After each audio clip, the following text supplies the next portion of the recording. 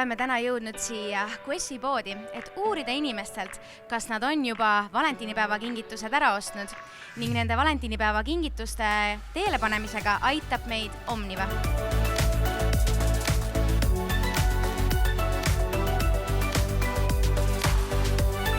Tere, kas valentinipäeva kingitus on juba olemas? Ei ole veel olemas. Okei. Kas on keegi kallis sõbranna või sõber või elukaaslane, kellel mõttes on kinke teha? Mõned kallid sõbrannad ikkagi on ja et võiks midagi kinkida küll.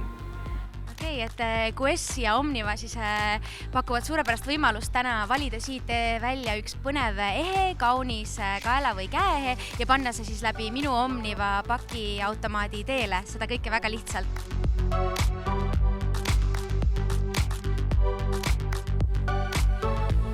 Mõtlen need.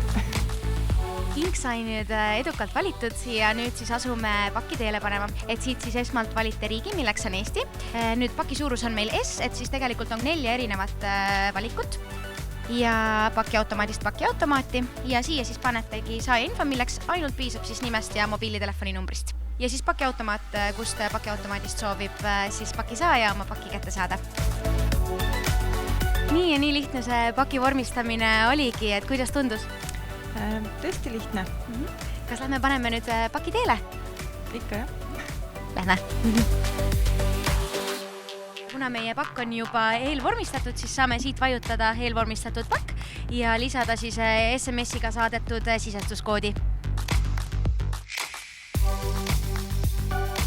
Nii, ja saime koodi sisestatud ja nüüd on avanenud meile kapp, kuhu me saame siis paki sisse panna.